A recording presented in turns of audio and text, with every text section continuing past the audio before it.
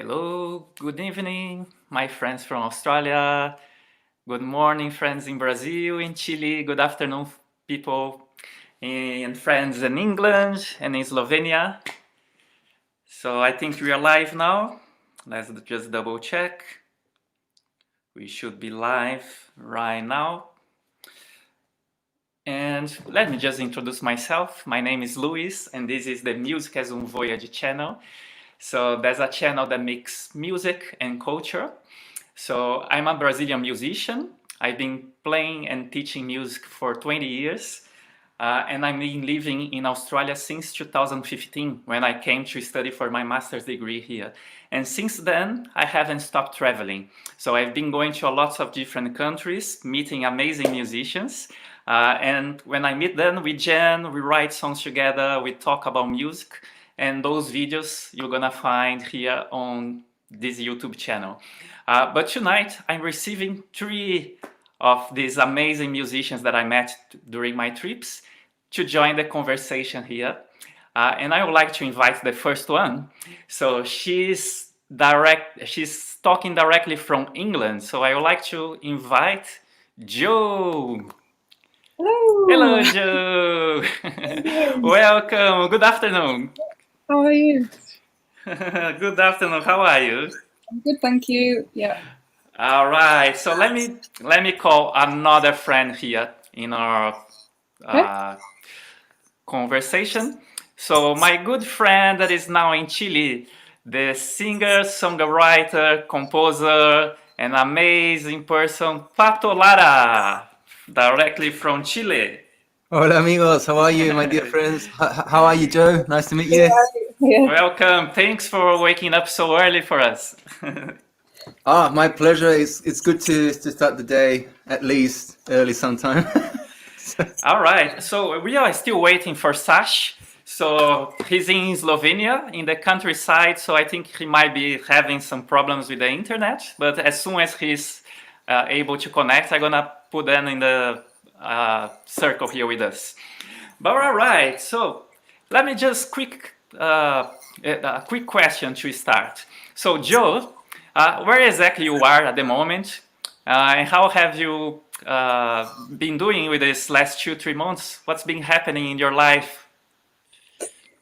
Well, it's been a time for a bit of a pause, I guess, for me. Like, I'm in a position of great privilege that I've had, like, all my means sort of met, and I've been able to pause while there's been this external chaos.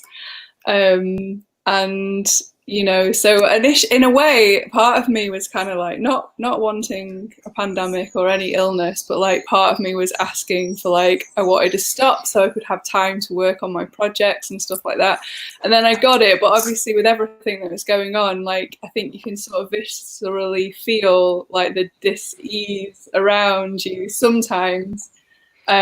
So like, I think a lot of people are like, oh yeah, no, I should be doing this, I should be doing that, but then trying to manage everything that's going on, it doesn't always happen. But I have been fortunate enough to be able to work, like, I've been writing a lot of songs, I've been writing words and stuff like that. So there's been some really good moments for me, and especially just to sort of, I think I thought I was someone that thought I was kind of outside of the crazy system that we have, but then just having a time to stop, just realizing how entrenched you are with, like, different value systems that aren't in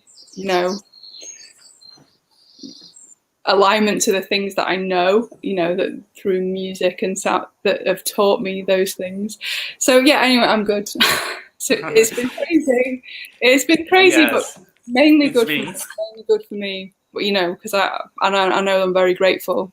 That. All right. And where are you exactly now? I'm still in Liverpool. Liverpool, right? So exactly where we met, right? A different part of Liverpool from when we met. But all right. Well, I miss that so much. Yeah. That city, I had such a good time there. Yeah. All right. But what about you, Pato? Patricio Lara, Pato. So the first video I did for this project, Music as Voyage, was with your mom in Santiago del Chile. No, it was with your mom. And unfortunately, she's busy today, but it's so good to have you. And actually, you're stuck in Chile, right? You should be here in Australia. Is that right? So tell me what's been happening the last 2-3 months with you, and where are you exactly as well? Well, in essence, I've got to say, I just realized I forgot to put the country where I am right now. I'm in Chile, in La Serena, which is a small town, 500 km north of Santiago. And I don't know if actually to call it stuck, to be honest, with all due respect to Luis, or maybe fortunately stuck. I was on my way to Europe to search for an opportunity as a musician, as a independent songwriter. You know, like we all are musicians and we're looking for chances. And obviously on the way, so I arrived here in December. So I've been since then here, and it's been amazing. To be able to, same as Joe, obviously looking at this whole thing, really sort of realizing exactly, you know, where you put your focus in and what you really open your beliefs to, you know, and obviously always connecting with the music, with the truth within, you know, and allowing things just to happen. You know, I'm not meant to be in Europe right now. I'm meant to be here with Mum, and it's just been a blessing. And we've got a little kitty that arrived from nowhere, so she's another little blessing. So it's just full of good stuff, man. Yeah. All right, you were lucky that that thing happened when you're close to your relatives and your family, right? So actually, Sash he's gonna join us here because it happened the opposite with him. You know, he was stuck somewhere away from his family. So in that way, I think you're really blessed, you know, and your family as well, to have you there for a bit longer. I don't know if they are blessed, Right. but I am definitely blessed. And well, yeah, you never know. Like I think that everything happens exactly in a perfect timing for everyone. So it was just where for me, where I was sort of meant to be at this point in time. So All very, right. very happy for that. Yeah. So Joe, I would like to ask you that if you can introduce a bit about your work as a musician or what you're doing before, and how things changed for you during this pandemic, during this crisis. How did it change your work, your activities? How did it affect your creativity during this process? Well, I think the biggest change about a week after the lockdown, because I was still working for the first week or so, and then I no longer have that job, and that's a good thing. That's a good thing for me. But I felt like a lot of nonsense just dropped off of me, like all of the worries and stuff that I'd been caught up in, and like, you know, bullshit ideas about what I should be doing, where I should be at, how people perceive me. I mean, I still think like I still want to care less what people think about me. I mean, you know, of course I want to be like, but I think, you know, the way to sort of to become more of who you are is to be more of who you are and not give a shit what other people think of you. So yeah, that felt like quite a big sort of weight that just sort of lifted off me, to sort of be like, okay, no, this is what matters to me. And, you know, music and creativity in general, and obviously music and using my voice is a big part of that for me. So I have been doing bits of writing as well, which is, I guess, sort of like an extension of, you know, me expressing myself. But like, yeah, so the way, I mean, sorry, so the way that it changed, I was kind of like, I had another job that wasn't a part-time job that was music related, and now I don't have that, and I've got like, you know, what I wanted for a long time, which is the choice just to focus on doing all, and I think I had it all along. I think it was just like, because I was carrying around other ideas and beliefs that weren't serving me any longer, that's why I had the job, you know, why I was still in that job. And now it's like, no, I've got an opportunity now to create more of the life that I want, which is what I've been trying to do for a long time, you know. So my history as a musician is for years in Liverpool. I played in a band, and we did quite well, but we got to the cusp of like really bigger things a few times, and it didn't happen, but quite how we were hoping. But I agree with what you know Patrice was saying about so I can't see your name again, but sorry, I put your Instagram actually here. Timing, because it's like, you know, say if my band at this time, my old band, Patricio, sorry, had, you know, say if my band had like, you know, gone on to do all the things that I had hoped at the time, and like I think I just wanted it so much, and I was like, I wanted it too much, like the energy that I was putting into this band was kind of like, it was stopping me, because I was like, I've got to, this is what I need to be a successful musician, and like, you know, so so if I had got that, I wouldn't have learned the lessons or be in the place where I'm at now. And I feel like the way that I'm starting to sort of use my voice with my own songs, as well as other collaborations that I'm working on, which is the E.T. Soul Sister is a collaboration with an ex bandmate of mine in Australia, but I'm also sort of working on my own stuff. And I feel like it's still beginning, like it's still sort of beginning to grow, but like I feel like I'm really finding more of my voice, literally. And had my life gone any other way, I wouldn't be doing this right now. So yeah, I think the changes that happened for me were predominantly, yeah, really, really good.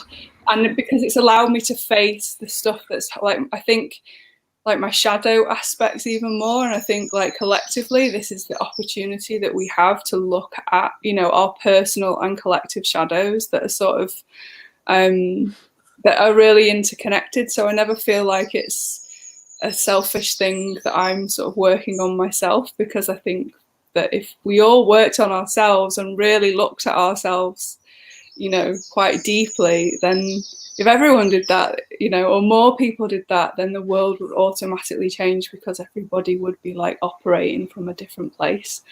So yeah, I've had more time, like more intense time to kind of look at myself and the things that have been, you know, that I've been choosing to hold myself back by, and just, yeah. So it's been mainly quite liberating, yeah. That's amazing, actually, to hear good news, no? Because you've been talking to many people and facing lots of problems and depression and so many issues. So it's so good to hear, this good news, and of course, depend on us to change. And it's like a good moment to use for the best. Yeah. Right, this period. So let me. Of course, everyone is open to and free to interfere whenever you want in the conversation and ask questions as well.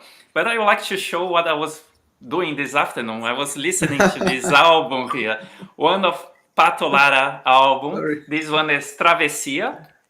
But I know Patricio, or Pato, it's difficult to call you Patricio. Let's call you Pato. So what happened with you there? Because I know you were in the final sessions of your new album recordings and the mixing and everything.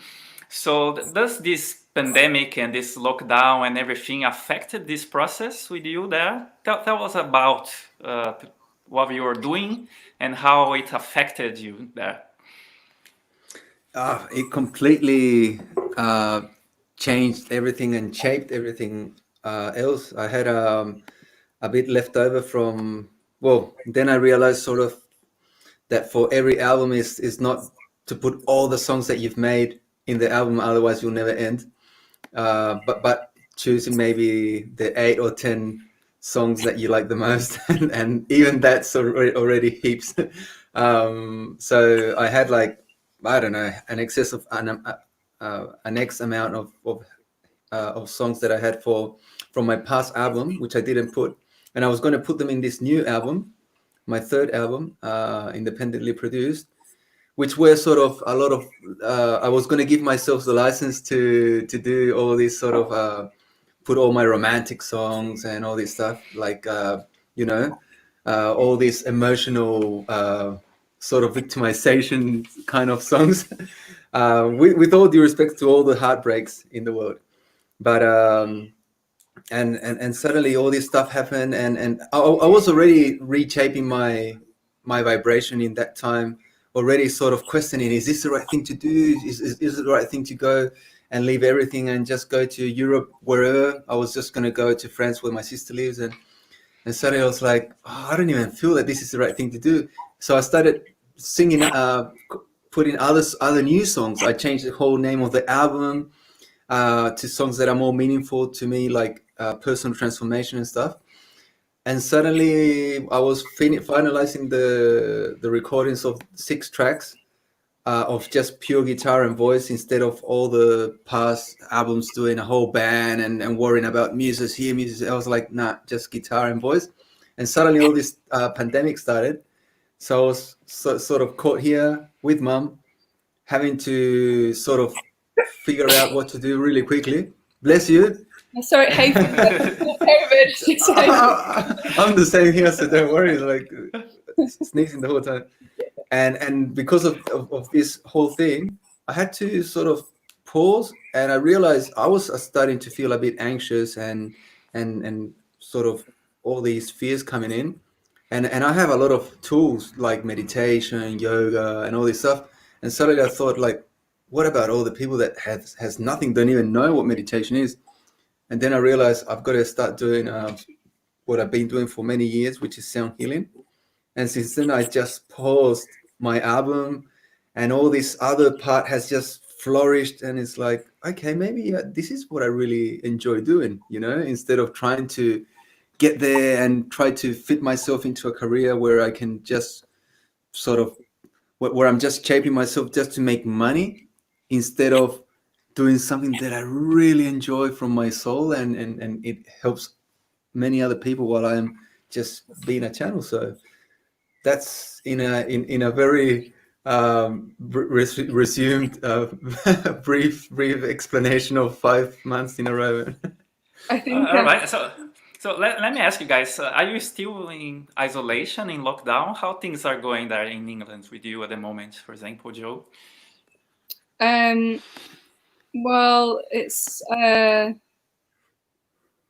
not lockdown anymore, but it's not totally back to normal yet. I think some of the shops opened again. More of the shops opened again at the weekend. I mean, it is still quite weird, it is weird, and it does just seem to be. I just think it's hard to decipher from what everything we're being told what the actual truth is, and I think it's just the only thing that I feel to do is just to keep coming back to myself and learning to trust my body, my intuition, and staying open. I mean, just in Liverpool, I mean, the sad thing, I mean, more hopefully it'll turn out to be good, but it's immediately sad for Liverpool that so many oh, I lost you. Are you still there? Sorry. No, we're still. Oh, it's just my. Sorry, it's just my. The immediately sad thing to Liverpool is that like a lot of the venues are facing permanent closure. So there's such a great scene of amazing alternative smaller venues, and I think a lot of them are struggling at the moment. Well, obviously, I don't know how many of them will reopen. My hope is that because music is just so important to people, that they'll always that new things will reopen, even if sadly the things that haven't been able to reopen can't. But what I just wanted to add on to what you said before, Pato, about I think that comes first, you feeling in alignment, and the rest is secondary, because if you are really in loving what you're doing, it's going to help other people just by even if it doesn't directly help someone else, which what you do it does, just by other people seeing you being like that, it's it's something really amazing, isn't it? So yeah. There was something else I said as well. So, Pato, are you still in isolation? That's how things are going in Chile, because I know that South America and actually America, North America as well, they are the center of the pandemic at the moment. Now, Brazil is being pretty bad. So how are things in Chile? Are you isolated? What's happening there? So we're outside of the main city. So La Serena is 500 kilometers from Santiago. Santiago has been in isolation twice, so this is the second time they're in complete lockdown. We have been sort of in the stay-at-home thing the whole time. I've been taking care of mum, so I haven't gone much out. But so over here, all the shops are closed, and it's been like that for the last 3 months. Still the supermarkets and the malls are open now. So, I don't know.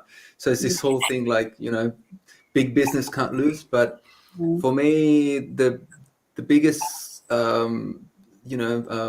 always seeking the positive out of what this is really teaching us, which is exactly what we in a way I was doing in during summer over here, which is just going within, and just as Joe was saying, seeking the darkness right now, because all this that's everything that's happening inside in reality is just the projection outside, and when we see that, it's just like I don't know, a little bit of a quick story. When I was in Mexico last year, and Mexico City is a city with 23 million people, maybe something like Sao Paulo.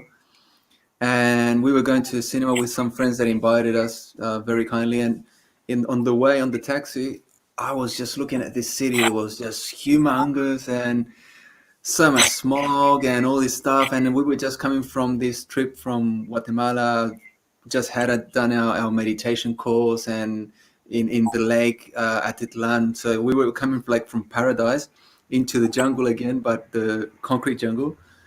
And I was just wondering, like, how is this all going to change? Like, it has to change somehow. And I was just wondering, how is it going to change? And when this whole thing that I didn't believe much when it was coming from China, and I was like, okay, yeah, just another fear factory and whatever, But when it happened, okay, still happening, it made me realize, oh, this is the answer. This is exactly the answer to my question back then. Like, this is how it's going to happen, because for me, the only real solution that I could see was a big meteorite would just fall and make us all wake up. But this is a quiet meteorite, so it's pretty cool to have the chance to change.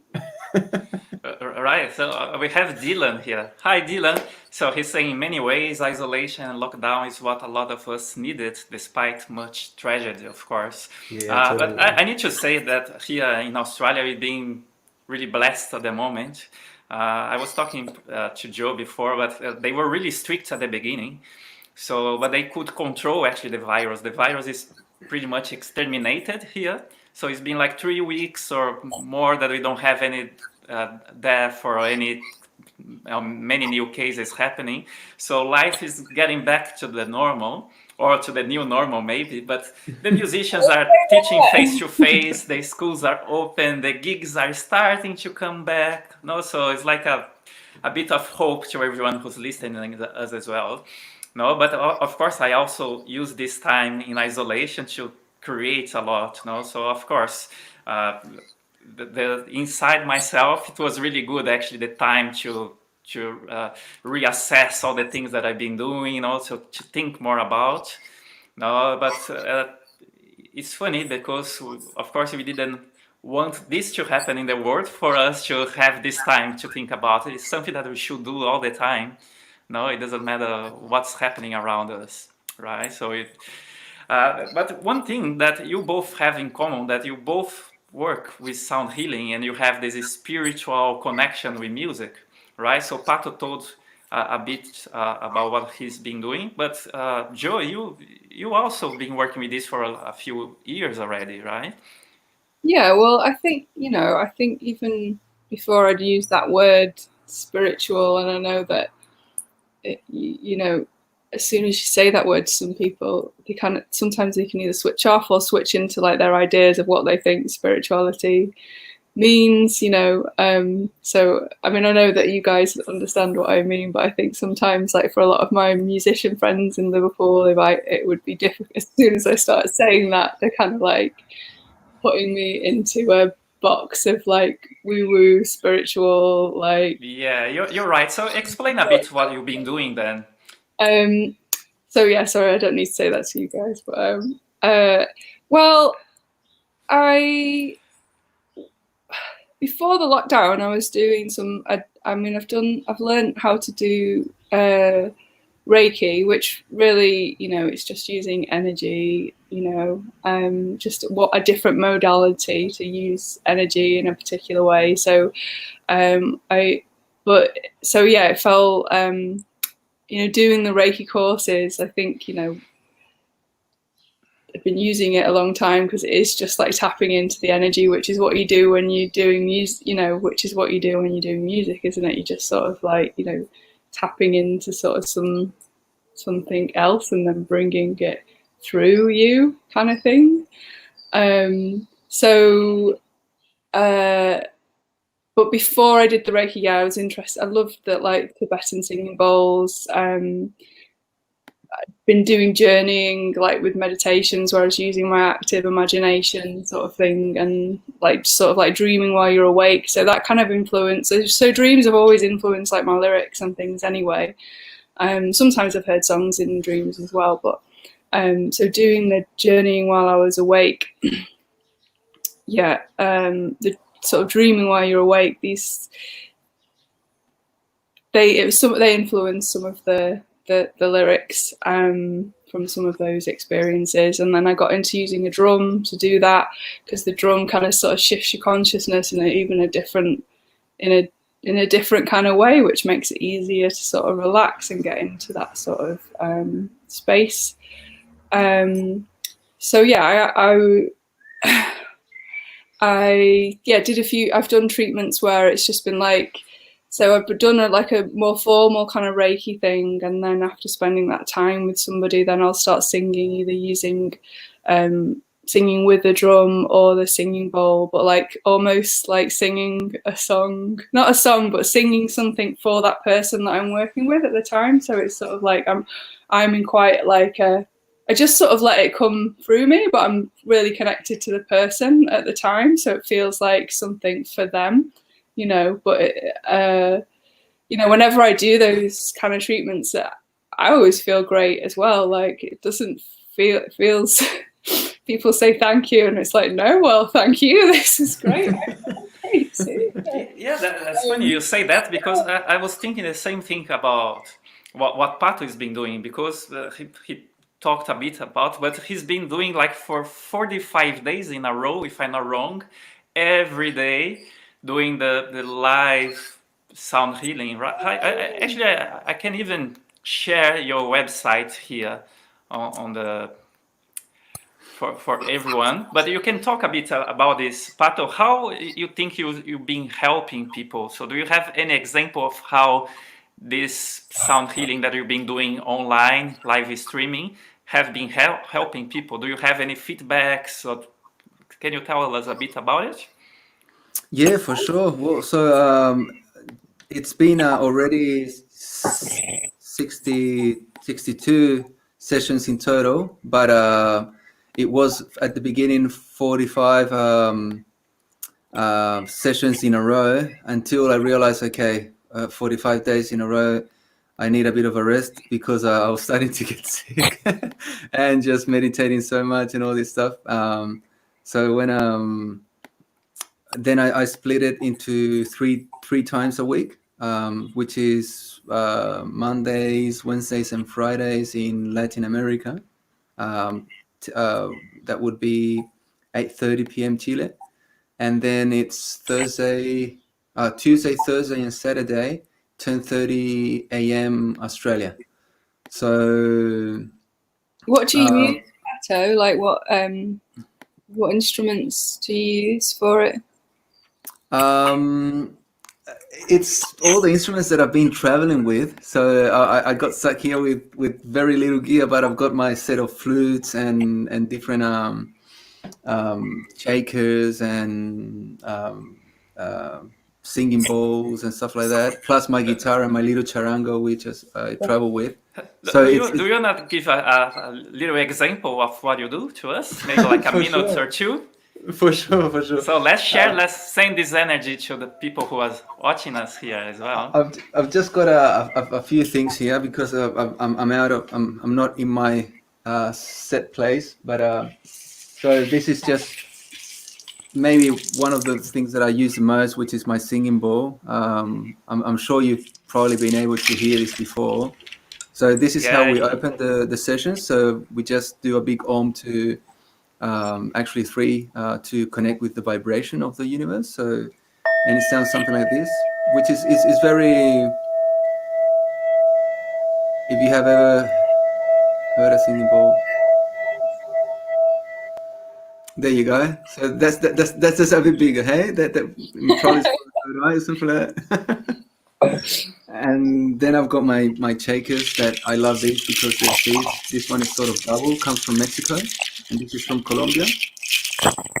I use these to do my Native American songs.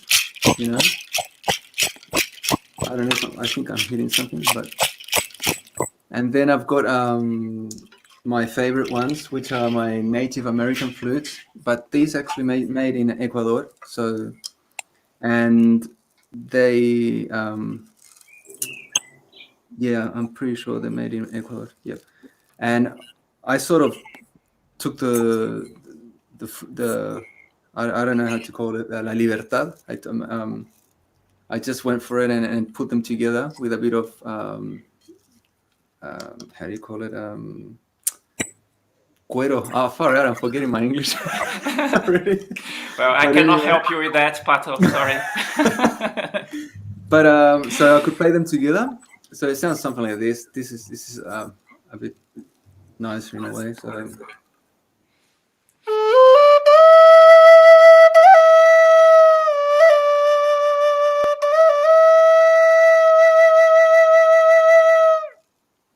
And then I can do them together like this, which I pretty enjoy the sound is.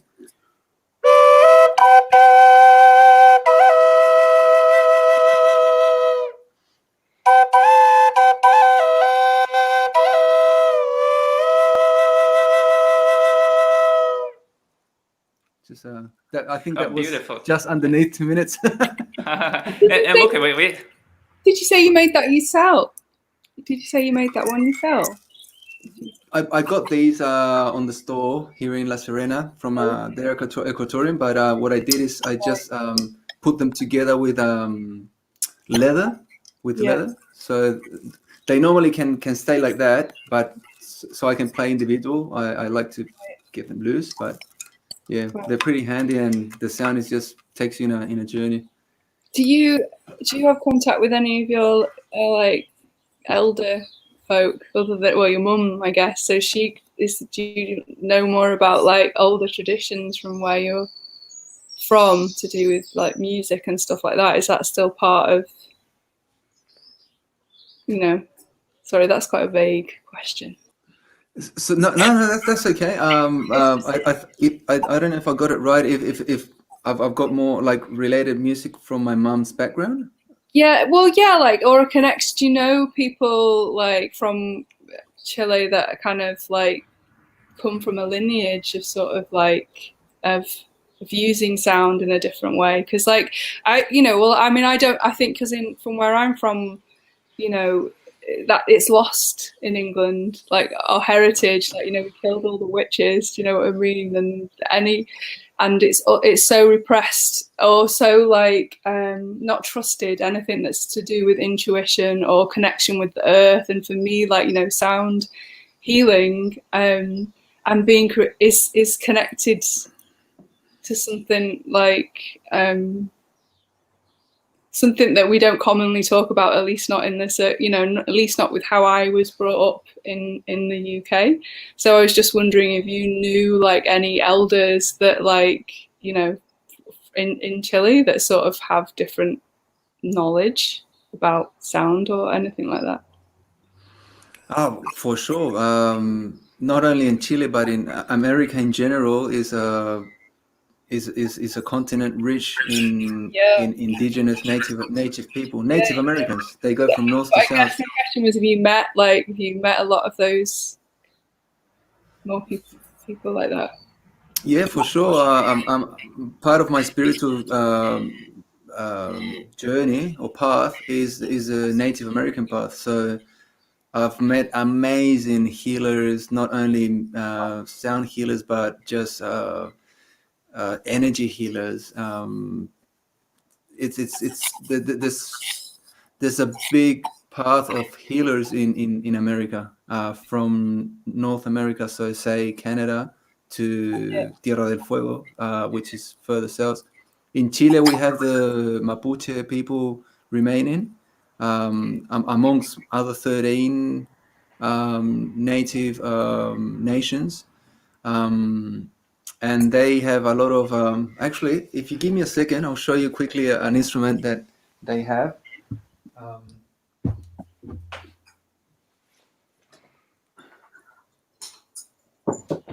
So I just got my, I just got my set of little whistles that, so this is called ocarina. This comes from Chile.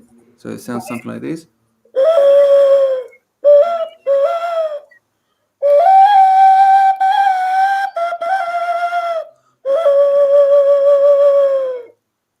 Something like that. Wow.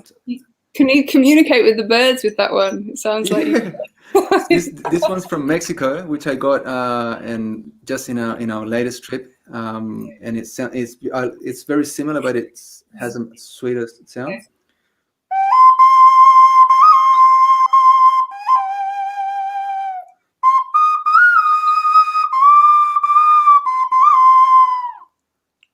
So wow. A different sound. Beautiful. No? Got a little eagle that sounds like this. Oh, wow, where did you get that? Wow.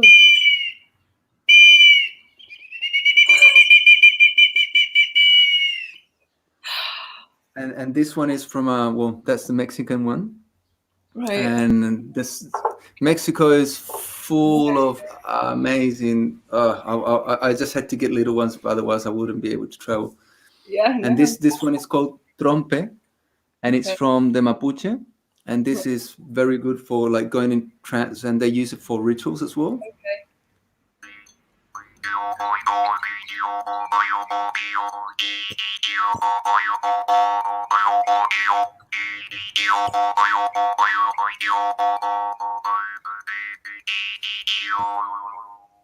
Wow. Awesome. No, just amazing. I mean, I didn't mean to sound arrogant in my question, asking those sort of questions, because I think, it's in the West when there's loads of people using singing bowls when they don't even use them in Tibet, and it's like, I think there's a big question around like cultural appropriation and yoga and sound, and all these things. But for me, it's just like, because it has been lost in the UK and I think in parts of Europe, but like especially in the UK, it does feel like it's been lost. But it is, it is our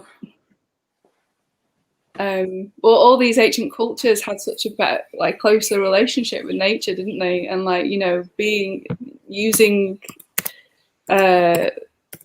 those instruments, a lot of them sound like they're inspired by the sounds of, that you'd hear, like birds and the wind, and then adding your own song into it, kind of thing. But yeah, no, thank you very much. They're amazing. No, my pleasure. Thank you, Pato. We had like a message I put it here before. Jane say, "It helped me a lot. Thanks, Pato." Hi, so, Jane. And then big hug to you. So and then it takes me back to the question. See, how do you feel that those sessions are helping people? What are the kind of feedback you have from them? So do you have any examples of feedback?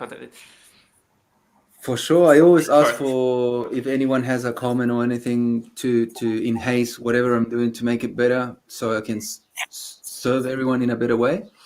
And fortunately, I've got in return amazing feedback and messages of just how much each session has helped. I'm with different people saying how they were feeling really stressed and anxious, and after the session they just were able to just completely relax and have a beautiful day, for example. And yeah, so it's just it's been very, very good in that sense. I was just gonna answer to Joe regarding the your question that you said before. For me, it's always been, and I said it in a very humble way, because I've had the chance of being in India with one of my ex-partner when we went traveling, and I did a course of sound healing over there with him and with a yogi, which with sound with singing bowls. But for me, it's since I was very young, still very young. I was always sort of convinced that today is where we're arriving bit and bit more to the tip of whatever you want to call it, cone, pyramid, whatever you want to call it, but all the traditions are just coming together, like all the rivers are arriving to the ocean. So for me, it's the time where it's not anymore like, of course, the culture took care and treasured, cherished their culture for such a long time.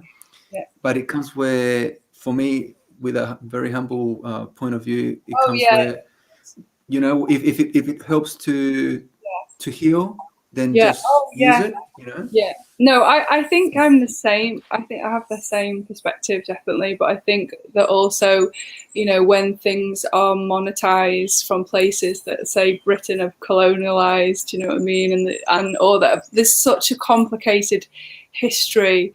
I just think it's about being aware of that. So it's almost like, you know, a lot of the things that you've been involved with are sort of very shamanic, you know, and it's like, I don't think we can really have an in-depth conversation about shamanism in America without talking about colonialization, or how that they were, you know, disrespected and killed off. And now people that have come from a culture that started from that are using these things, but not understanding not only what happened in the past, but it's still what is happening now in terms of disrespecting these, you know, these different cultures. You know, I just think it's like, I think, yeah, I agree, you should use whatever feels right, definitely. But it was just more of just wanting to be aware, you know, of the history of things, because I think that's important, you know, not to just sort of take something as your own, you know, when it's got this history, and maybe part of your history, your personal history has been the repression of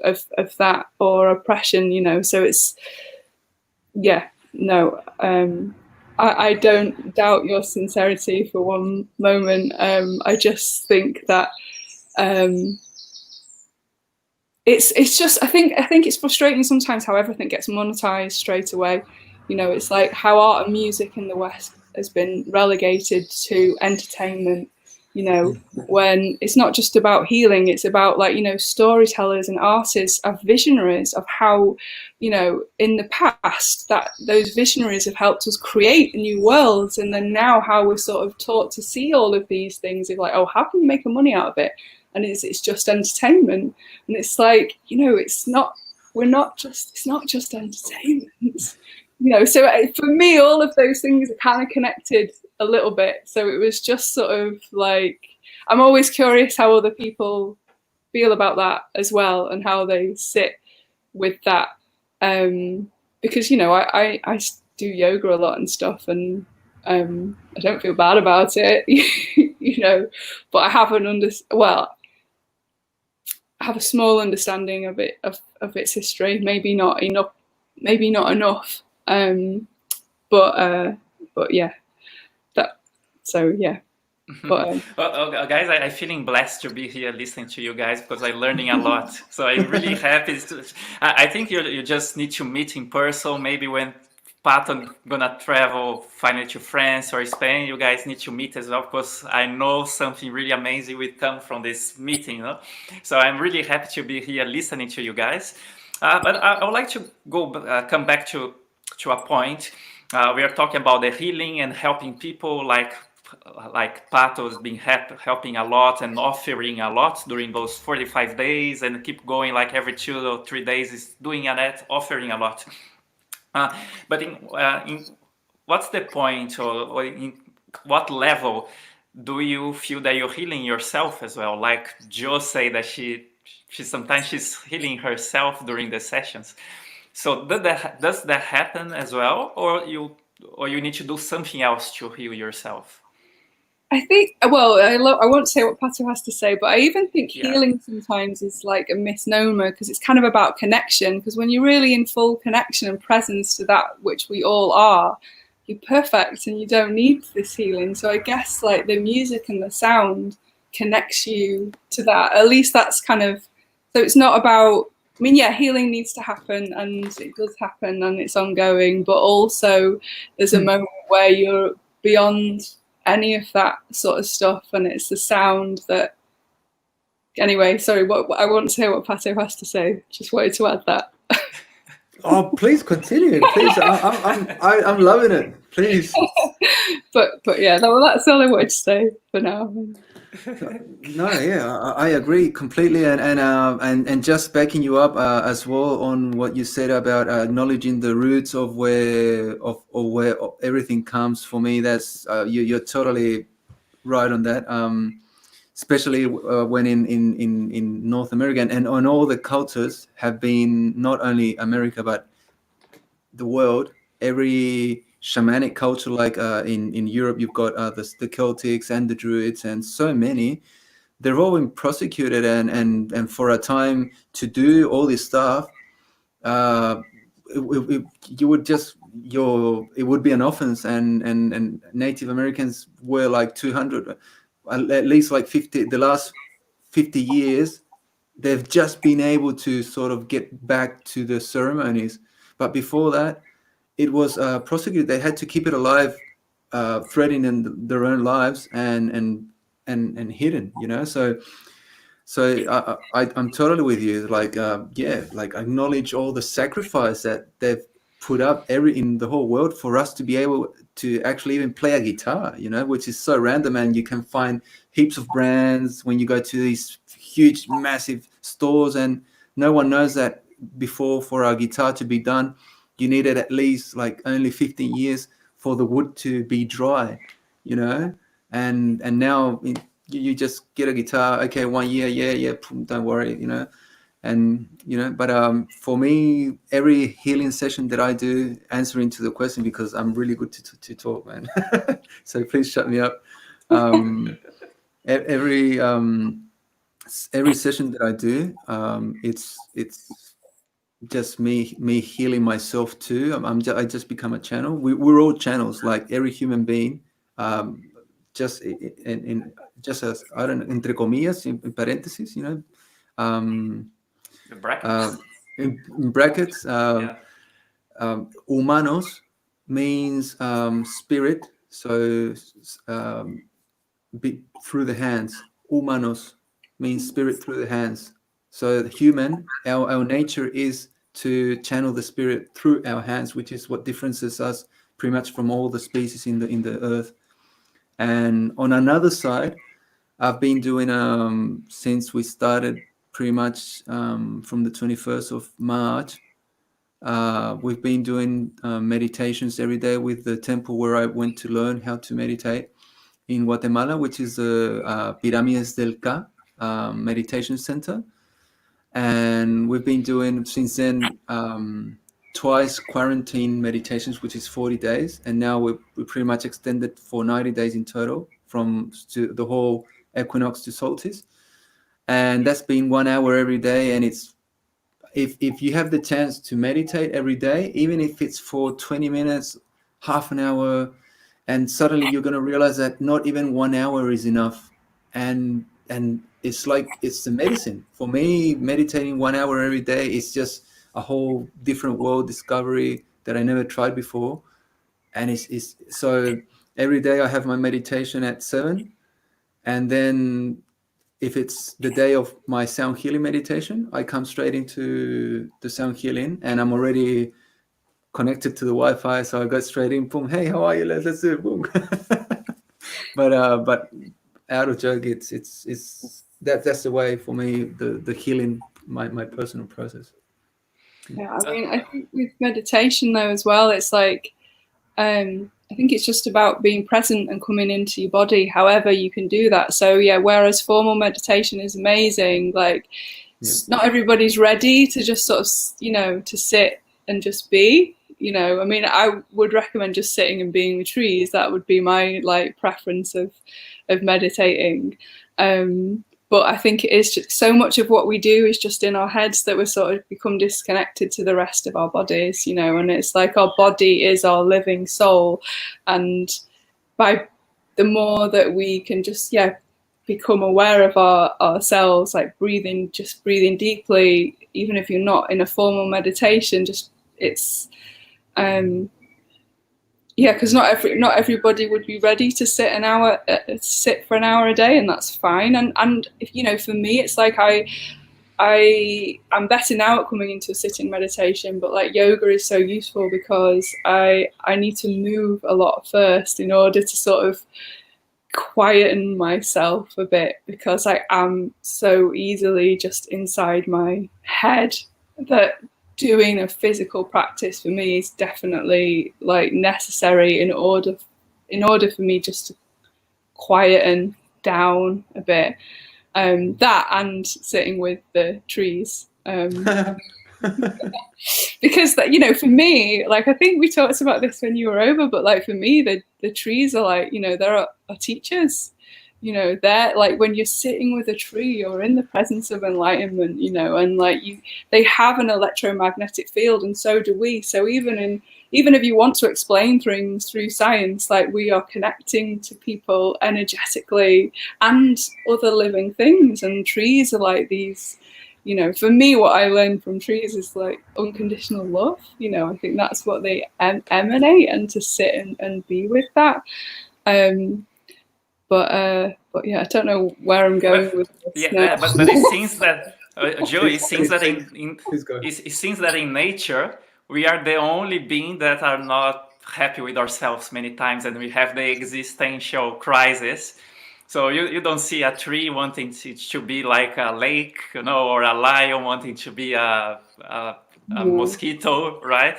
But we always trying to be something else, no?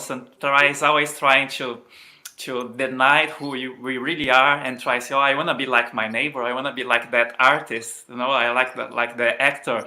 Yeah. So, but going with this thinking, so what were the biggest challenges you guys facing during this process? Because of course we like our healing, we like the sound healing, but we also have our bills, and as musicians we lost completely our gigs, so our plans of traveling or recording the album were all cancelled, so students canceled. So what were the biggest challenges, and how did you deal with them during this period, and how you're dealing with them actually now still? Is it? Please. Oh, freeze the cameras. Well, I think, you know, it's a big question, isn't it? Like, I mean, I wasn't gigging so much beforehand anyway. I was so, you know, so for me, because I was sort of not in that place, I wasn't gigging as much. I didn't lose that income. But yeah, I mean, absolutely, it's going to be. It's a very difficult time for a lot of people, you know, but like, and I don't have all the answers. The only thing that I am like, and I don't have them all yet, but like, I know the only thing that I can do is like, just trust that if I can just do what it is that I love doing the most, as much as I can, and just trust that rather over worrying. Like, I'm not saying not doing anything practical at all. Like, of course, I'll have to, I need to do practical things to sort stuff out. And I'm like, I'm in an unfortunate place at the moment. I don't have to worry just yet about that because I'm okay for a while, So while I have this time, that's sort of like, I feel like that's the best thing that I can do, is like not worry, just come back to myself and come back to like a trust that I'm gonna figure it out. And it's like, because I think a lot of people are realizing, they don't need as much of that they've been told that they need, and the whole way that we're living is just like, it's crazy, but yeah, so there's no answers there, like other than me being in a fortunate position right now, and I'm sort of planting seeds and doing things in order to make more of a financial income at another, hopefully soon. But in that in between time where I'm adjusting, because nothing's ever fixed, things are always changing all the time, and it's like, musicians and artists have never really been in this system, and have never really been valued, We always in a crisis, no? That's true. Well, yeah, but we don't have to be. Like, we don't have to be, I think it's about, like, I don't know. I think that, like, if we taught kids, I know this is sort of like not answering the question at all, but I really believe, like, if we taught all kids, and this is what I would have wanted for myself, like, if I was told at a kid, like, you're enough, just do what you love, and then everything else will fall into place, and trust that implicitly. If we taught all kids to do that, the world absolutely would be a different place, because everybody's so creative in such a different way, like, and you see it already. There's young kids that are coming up with amazing answers to the world's problems, that are amazing at different parts of science, things that eat up plastic and all sorts of stuff, and I think that comes from, like, just trusting what you're really interested in. And for an early age, often kids are sort of, taught to distrust themselves and their own intuition. So yeah. I think it's about, like, coming back to sort of trust your intuition, and in what moment? Yeah, those instincts that we have will lead us to what we need, In what moment in your life we start learning these psychological blocks? No, when do we learn that thing? No, because as you say, the kids are so creative; they don't have any fear in expressing themselves.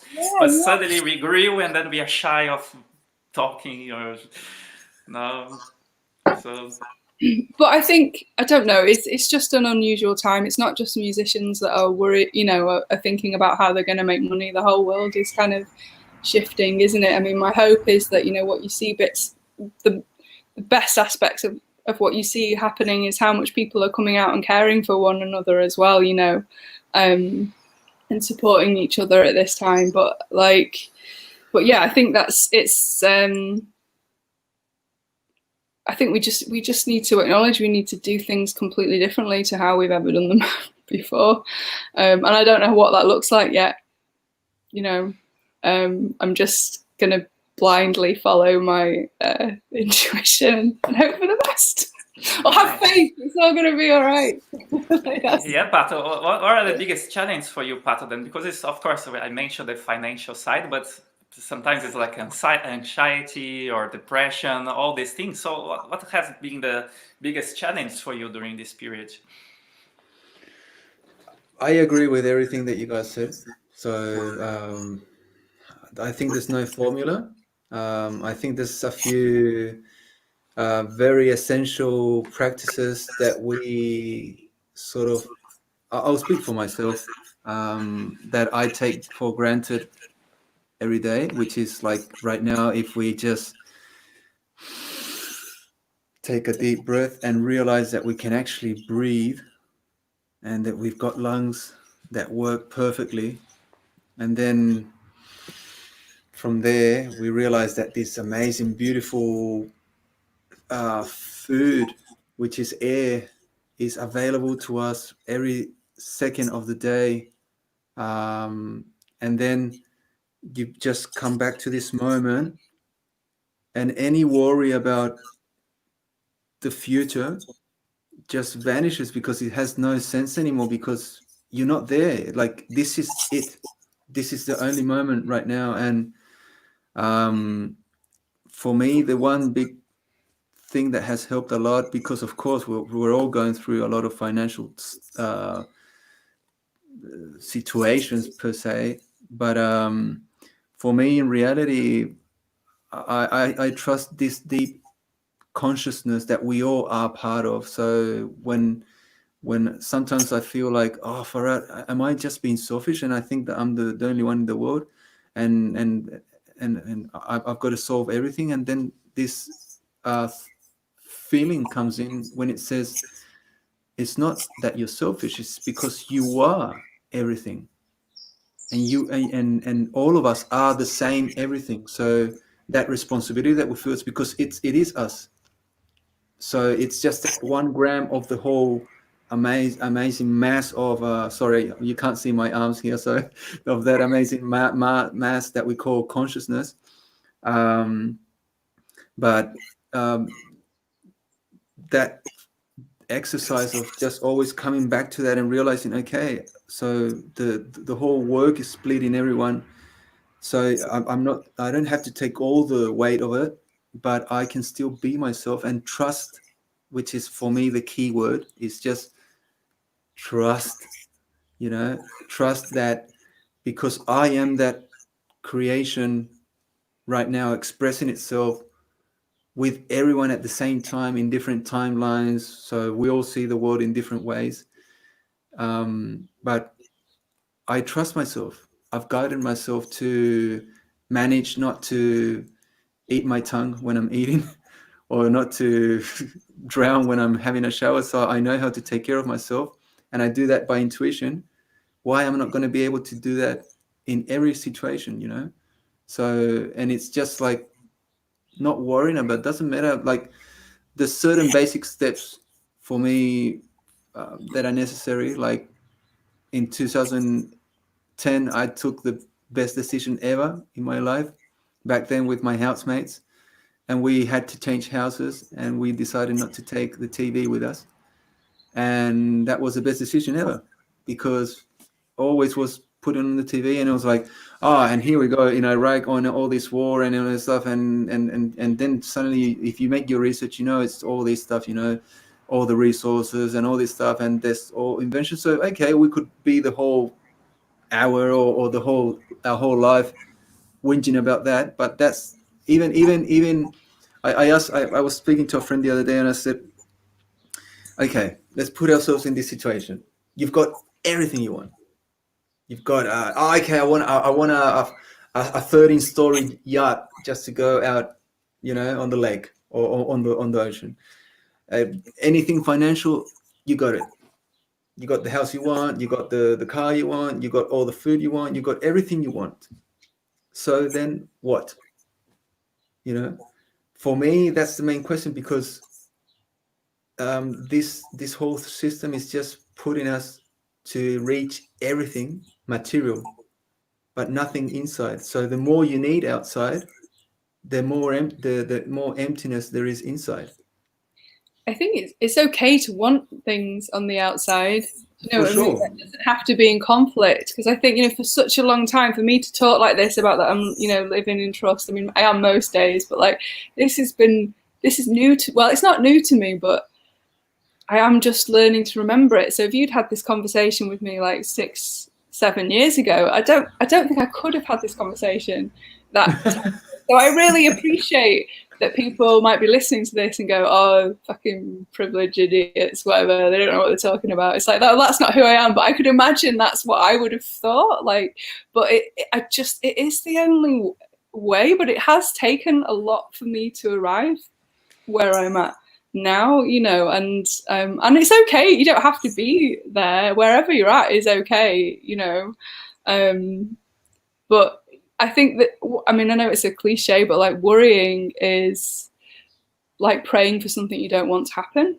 And obviously, with the Maharishi effect, praying and meditation has an actual direct impact on what happens in the outer world, so so your worry is like, I mean, I don't think you should get too caught up with that because it's natural to worry and whatever. But like, if you can try your best just to start, because it's a lot, I think it can be, well, it can happen instantly for some people, can't it? That they just sort of like wake up and they can shift their lives, or they're more naturally sort of in this place of trust. But like for a lot of us, like myself and most people on the planet, have had a lot of trauma to deal with from their childhood, you know, and it's so like to come to this place of trust from having experienced things that have really sort of like not been very pleasant in your life is it's, you know, it's, well, it can be easy, but it doesn't seem like I think it is easy, but it doesn't seem like an easy thing to do. And that can be like a barrier for a lot of people to sort of move into a different way of being, you know. And I would totally agree. Like, I mean, I looking on the news and stuff some of the time, and sometimes get too caught up in social media some of the time. But I know all of those things have to be measured. I don't have a telly anymore and haven't had one for a very long time. And I'm so, you know, because it is a programming, you know, you're allowing yourself to be hypnotized, literally. You're in a state of trance watching a screen within 7 seconds. So you're more open to hypnotic suggestions, even if you think you're like clued up and you're not going to take it in or whatever, just by allowing yourself to sort of be in that space. That's how the adverts work. But I think it's how a lot of the news work, and like people are easier to control when they're in a state of fear. So by having that in your house, it's really like agreeing to be, you know, to be controlled more, but even if it's subconscious, you know. Right, Joe. I want to something that first it might be easy. It might be easy if we try, you know. John Lennon said already, it's easy if you try. Yeah. But also Jane that sent us some message here. She just sent me a message asking you something, Joe. She said that she's really glad that you're saying what you just said, because she worry about certain things, and sometimes she feels that it's like a prayer for it to happen with those, exactly like you said. Yeah. So she wanna ask, what do you do? What you did to trust after this trauma or after trauma? So from trauma to trusting, how to do that?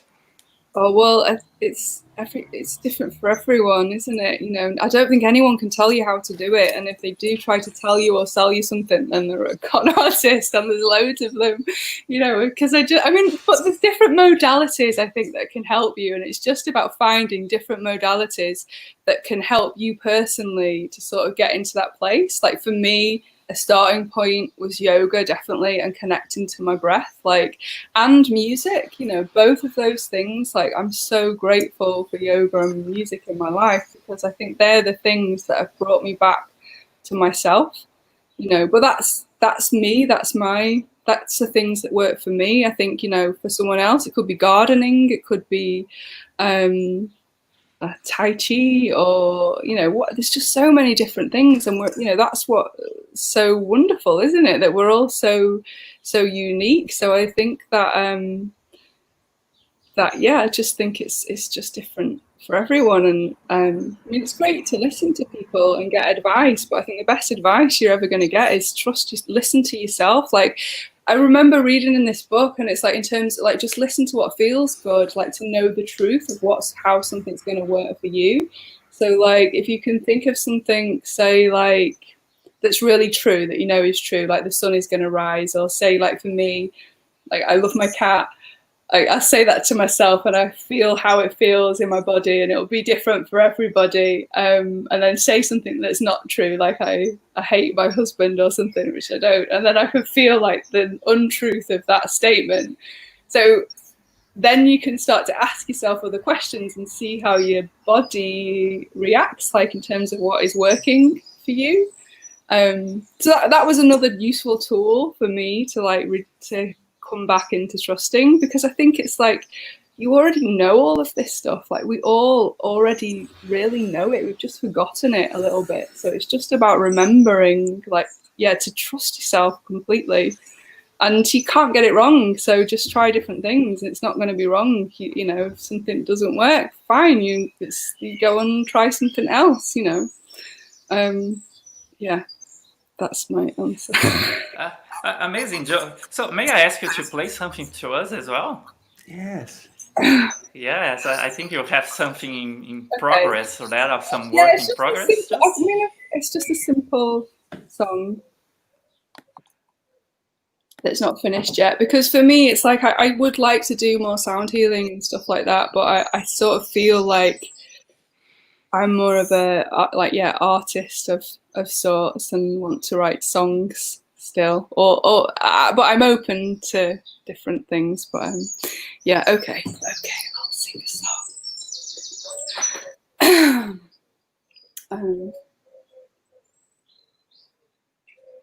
I don't think it's very long. I'm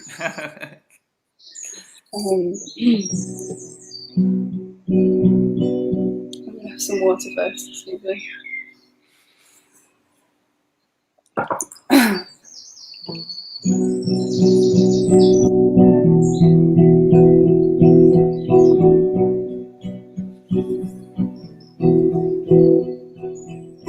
You are living at the edge of everything.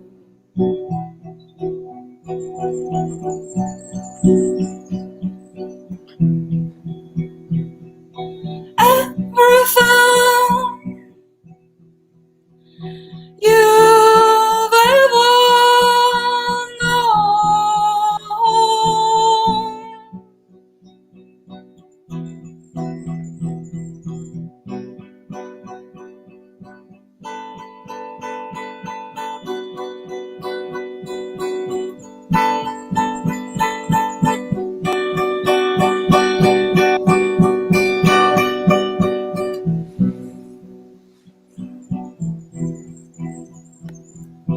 I have been places you may not have been until now. I have been places you may not have been until now. I have seen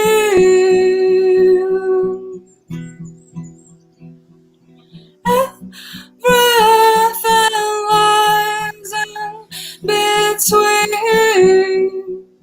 these walls.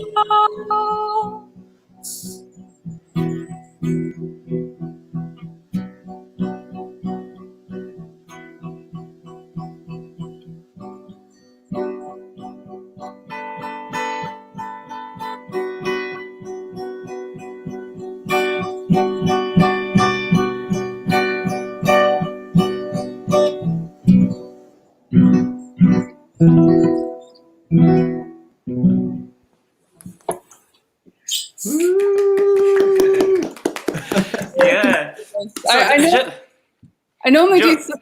Go on, sorry. no, you go. You first.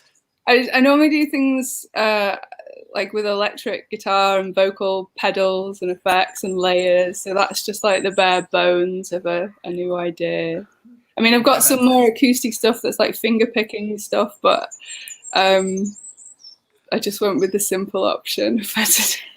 I love it. I just want to ask you, because I'm putting here the ET Soul Instagram, but I remember you have the Sea Witches things as well, so your previous work, your previous band, and at the moment you have something new that is about to come out as well, right?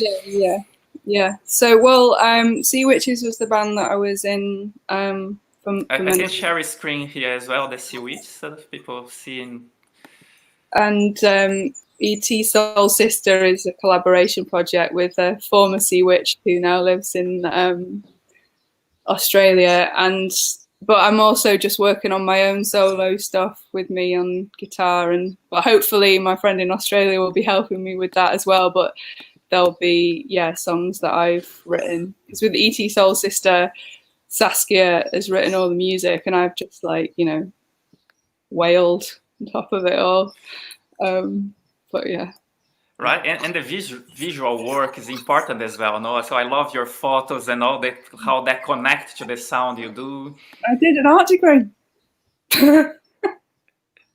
I did an art degree many years ago, so like art was a way into music. Like, so I studied art. I studied fine art. Of all the useful things to study in the world, I studied fine art because that's the only thing that made any sense to me, something that doesn't fit into this system so well.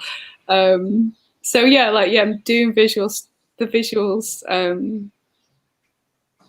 Yeah, I like a part of it. My husband's a painter, you know, so I like art. Yeah, I was thinking here actually what you're saying about when we lost that things when we are kids, that we have the creativity and no blocks and everything. Sorry? Just because you don't lose it. We become Yeah, well, disconnected, I think, but it's still there. yeah, exactly. No, so we kind of learn now how not to use it anymore, no, but it's still there, of course. So, but I was thinking now, so when the artists lost this thing, because you say the artists, they were changing the world for the better in many ways, and then suddenly what is we see when you turn on the TV, for example, is just all about money and just visual and actually all sounding and saying the same things and sounding the same. So I was just wondering here when we lost that thing as well, the artists, no?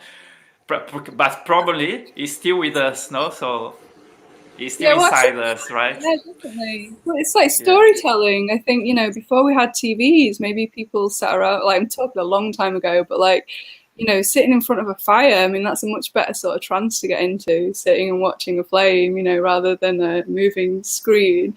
But like, I think, you know, in a lot of cultures, storytelling was a big tradition. And obviously music is weaved into the storytelling as well sometimes. I mean, of course, it can be something more abstract. And I think that a lot of the stuff that I do is kind of more abstract. But I don't know when we lost it. I have never known it, you know, until more recently in my life. It's not how I was brought up. I wasn't brought up in connection to those things, not really, you know. So I don't know when we started to lose connection with nature. I think things started to, I mean, yeah, things started to go not. But maybe we had to go into this like craziness to come out and emerge. So hopefully in a better way. Yeah, because it's a sad moment when sometimes even the artists are accused of something, you know, like or being useless somehow, and no. So some people accuse the artists of being the people who doesn't want to work. Sometimes, no, when you turn the media, then sometimes you have like people believing these things, which is crazy this time. But who wants to work for someone else? Who wants to work doing something that doesn't have any value? Nobody does. Do you know what I mean? Like the whole thing about hard work that we're sold, I think it's rubbish. Like when we have like natural rhythms and cycles with us all. Sometimes we need periods of rest, which we're not, which, you know, with the system as it's set up until recently, we're not allowed to listen to those instincts to rest. I don't think anyone is innately lazy, not when they're tapped into doing something that they love. They'll have these immense periods of work, but it won't feel like work. It'll be like you're doing you know, you're doing something purposeful that makes you feel alive, you know. So it's like, yeah, I think we have like so that idea that we have to prove that, oh no, us artists, we work hard. It's like, well, we need to shift the conversation. Why is everybody working so bloody hard anyway? Like, what are you working for? You know? Exactly. That's the question. So, well, I would like to ask Pato, maybe just before you play another of your, or maybe one of your songs, if you're ready to it. But do you think live music will ever be the same again? So after this period? Far out. I haven't even thought about that, to be honest. But I think that nothing can change for good, or even just change if everything remains the same. So I think the whole concept of everything has to change. So we're in a sort of massive transition, but to be able to be ready for that transition, it has to start from the very basic, and the very basic is our self, our personal being, which is the one that why is there so much business around nothing. Please all the people that work in the pharmaceutical places and the psychiatry industry, my apologies for what I'm going to say, but why do we have so many disadapted and so many illnesses and so many different diagnoses of people that are not suited and that are just cataloged straight away as, oh yeah, you've got depression, that's it, okay, have this, sorry, that's the camera, have that, whatever, I've got, I know there's a big thing about autistic people or Asperger's and all. For me, it's like when did we become this entity that started classifying everyone as something, while then there would be as many illnesses in the world as people are, because everyone is completely different. I would be probably diagnosed as night owl and sort of emotional unstable person that just uses music to be able to stabilize himself, and so what, that's what works for me, and whatever can work for me can probably work for us, a percentage of the people, and so on. So we all are gifted with something that can help ourselves and help others. So and then we can start thinking, okay, if for me the thing is, whatever profession you do or whatever you love doing, I always ask myself, okay, when I decided to just go for music, because I studied audio technician or audio engineering, whatever you want to call it, but when I decided to just move on to the music, I said, okay, well, whatever I choose to do is because I would just do it for free anyway. There doesn't have to be a business around it. So when we start sort of changing the angle of everything and looking at it from another perspective, which suits you first for your better, I don't want to use the typical words for your higher purpose and all this stuff, but it is for your higher purpose in the sense that it's for your best benefit, is how you're going to be. Sorry? Like what makes you feel most alive, I think, is a good way of Totally. saying. Yeah. Express yourself, like I encourage everyone to sing. Because no, I don't have a good ear. I've never sang well. I draw like shit, but I still like drawing. It doesn't keep me from drawing. And actually, I drew. My brother's an aeronautical spatial engineer, which is a really cool big name. He's a nerd. He's so intelligent, and I had this dream with this sort of drone spaceship or whatever, and I just realized yesterday when I drew it to him, hey, check it out.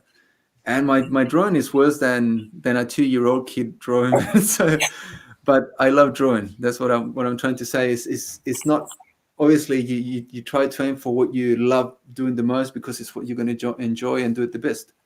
But for me, it's just expressing. It's a matter of express, because we're creating here in this world. We're creating, and when we create from coherence and harmony and balance, everything that's going to come from that is going to be the same. If we're creating from stress, from drugs, from not knowing what I'm doing, everything outside is going to be the same. Sorry, yeah, can I just add on to that I think sometimes the things that you are best at maybe is not what your purpose is, it's what you love doing the most. And you might not always be really good at it straight away, but you might be able to find something really unique. It's about what you love and what feels good, because sometimes people have innately, for example, my husband's really good at building stuff and he's got a lot of technical skills and his brain can work quite easily to figure stuff out. And he's naturally really good at doing that, but that's not what he loves to do. He loves to paint. He's an artist, so I think that often at school, like, oh, you're good at that, you should do this. It's like, no, do what feels good, what feels best, because even if you're not good at it immediately, you might get better at it and then offer something completely unique rather than just doing something you know that you might have skills in, but it doesn't feel, it doesn't feel good. Because I think not saying like let go of all practical aspects of life, but I think most people are so far away from listening to their own feelings in terms of like knowing what feels, I totally agree with that. Sorry, please. Oh, that's your husband's Instagram as well, where you can see a bit of his art, which is amazing. Yeah. So John Pontaine, Instagram. Yeah. All right, Pato, do you have a composition? Oh, sorry. No.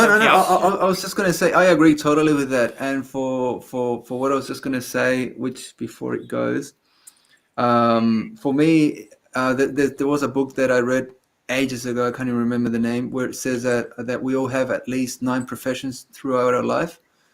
And I agree with that. It's because it's just a balance, Like I think for me in a idealistic world, we would all have to wash the dishes and put the trash out and be able to draw or paint and play music if you wanted to do something else, and be a doctor as well.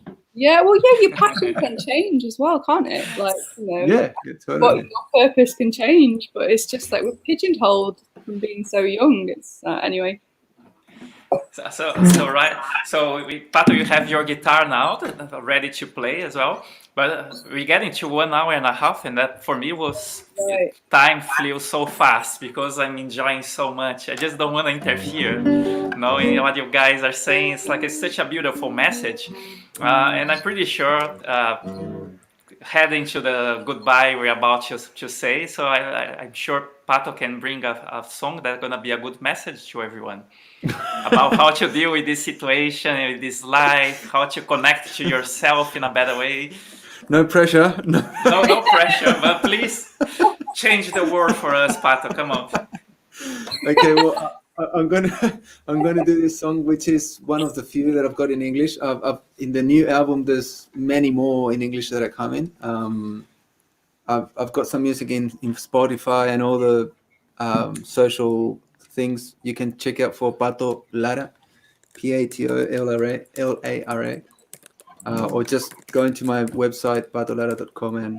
But anyway, this song is I don't know if you like reggae, which is probably one of the few songs that I've got in reggae, but it was made 2011, I think, or 2010, and it's called Love is the Future. So I hope you like it. And the chorus goes something like this. Love is the future of this world. Love is the future of this world. Love is the future of this world. Love is the future of this world. Say, people are talking about the end of the world. Prophecies and stories say it as well. I say that this is not an easy time. It's not easy. We're going through a period that'll change our life. The way we live today's society is not helping mothers, nature's reciprocity. Oh no, materialism has to say goodbye and give the way to fully open people's heart. If all we need is just to feed a healthy mind, that will let us know we're able to recognize. Everybody, love is the future of this world. Love is the future of this world. Say, people are dying around the world. Poverty and starvation talk by themselves. I say that corruption and anger lead us to disaster. When humans are creation, that's gotta lead under God's redemption. I don't know if I'm gonna live, I don't know if I'm gonna die. All I really know is that life I wanna give. I don't know if I'm gonna live, I don't know if I'm gonna die. All I really know is that life I wanna give. Love is the future of this world. Love is the future of this world. Sing it again. Love is the future of this world. Love is the future of this world. Just say that love is the future of this world.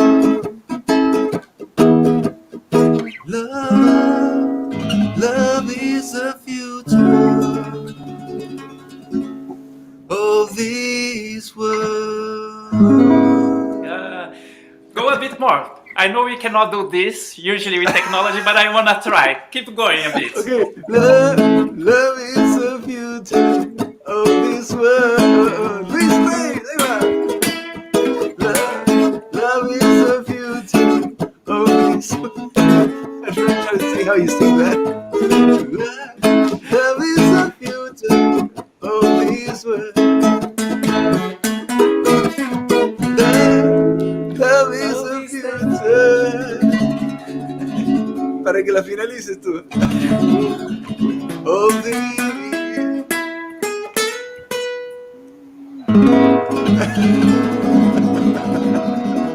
Ahí va. Beleza.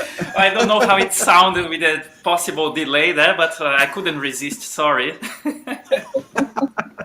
It's just the love, brother. So, that love is the answer, I guess, maybe. They say that well, we are water, and the book of this Japanese scientist, a big hug, Amy. of this scientist, Thank the you, Amy. Dr. Masamoto. I don't know if you heard Yeah, I have a book. Yeah, and he made an experiment of the vibration to the water. You know, it's very famous. Yeah. And he put all the vibrations, hatred, gratitude, and all this stuff.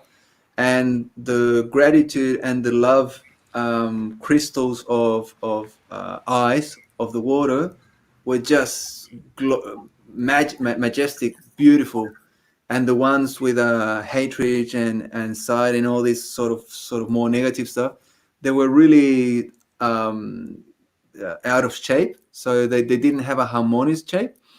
So it's the same thing. The vibration, same as the chakras, you know, the mental correspondence, vibration, rhythm, cause and effect, polarity, and the roots. It's all part of how we have to create, you know. And there's if you guys may check this amazing series that I saw of this Argentinian guy called Matias de Stefano, and it's in Gaia.com, this amazing channel, and the series is called Initiation. If you check that out, it would probably clear out I don't know how much, but for me it was pretty much 90% of the doubts that I had about life itself, and everything that I knew just sank in with that. So I'm very grateful to be able to see that series. Anyway, but yeah, that's about it. So Joe, we end up going to finishing it. So would you like to leave a message to whoever is watching us? Because this video gonna be forever on YouTube. So Forever. It's like forever. And for me, it's like let me say first, for me, it's been a pleasure to see you both again and to introduce you both likewise. to each other. because being a pleasure, and it was like amazing 1 hour and a half so far, and I've been enjoying so much to listen to you guys, now bringing hope, bringing good vibes and good energy, and teaching me a lot about, I've been thinking a lot about my life listening to you guys, and what to do and how to deal with things. And how to connect more to who I am again, and do more what I love, and believe in the power of art and power of music as well.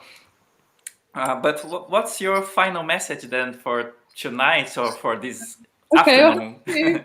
2, 1. Yeah, the thing with Dr. Emoto and is that we forget everything is alive. Everything has is a variable degree of consciousness, like in my view, and everything is alive. And water is very much alive, But I'm working on a song at the moment called "The Sound of Love," and yeah, I had an EP called "Into Love," and I think that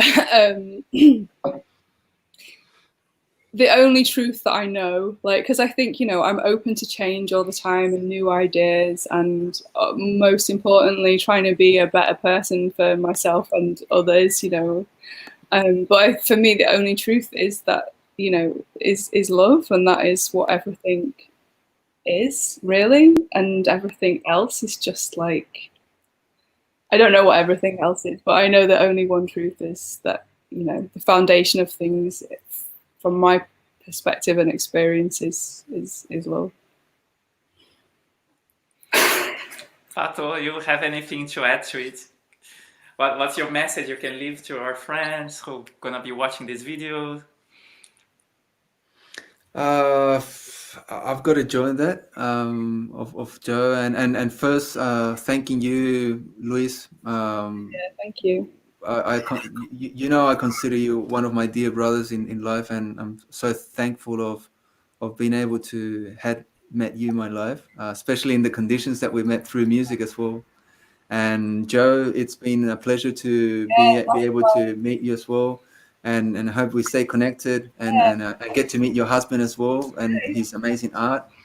And if there's anything that I would just share to people, it's just from my own experience. I'm no one to give an advice, but just a suggestion, which has helped me to be at peace, which for me is the most important thing. And it's just to be always yourself, and completely trust what you came to do. And sometimes taking the decision of being that and doing that requires courage and a whole lot of guts, but and humor as well. Always, But always. I think for me, the one thing that would sort of work as a guide my whole life was, if I believe in this great consciousness, infinite source of everything, of love and everything we want to call it. Some people call it universe, God, Allah, whatever you want to call it. And for me, it's that if this energy is so perfect and creates everything, it wouldn't have shaped me or created me to love something so deeply. And for me, that's the guide. Whatever I love the most, because I love so many things. I love surfing. I love doing this. I love doing that. But for me, the one thing that just has got me out of everything is what I do with my spiritual connection and translating that into music. So if that helps anyone, that's just me being myself. It's helped me. It just helped me right now. So there we go. Yeah, just let's be ourselves, and the more we are ourselves and trust that, then the world is just going to blossom into the amazing thing that we are, because nothing can come out wrong where there is pure intention and genuine authenticity from love.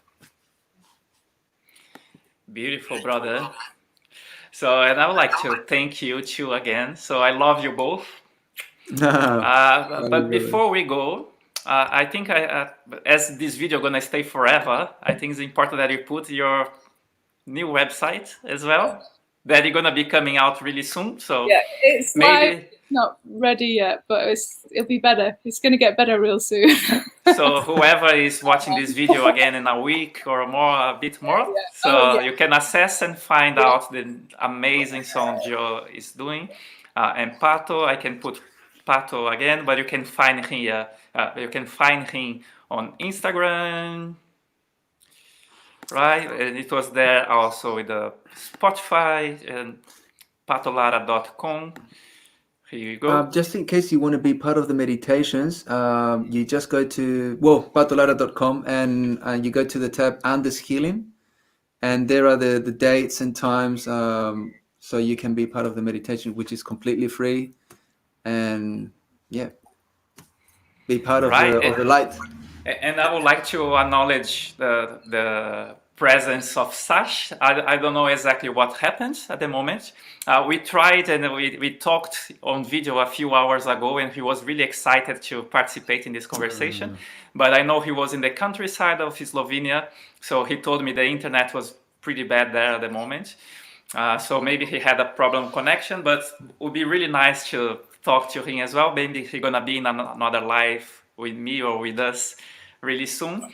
He has amazing work as well. So he's being, his family is in Russia at the moment, but he was stuck in Slovenia. He's been writing songs also about addressing this depression and things and everything. So I'm sorry he couldn't be here with us. We try our best, but I would like to send a thank you for his effort to be here with us as well. So and say sorry for whoever was waiting for it. I have a couple of songs on my YouTube channel as well, but I didn't tell you about. YouTube channel? Yeah, it's a new one. It's just Joe Herring. Yeah.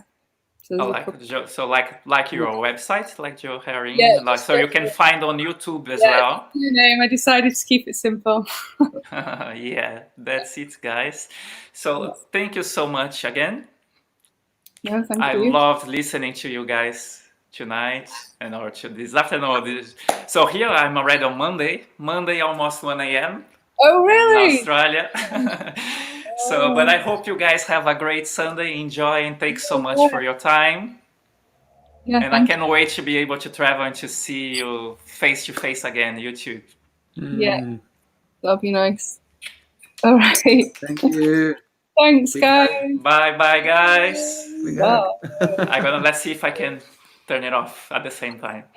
Bye, everyone. Thanks, whoever was watching us as well. Thank you, friends.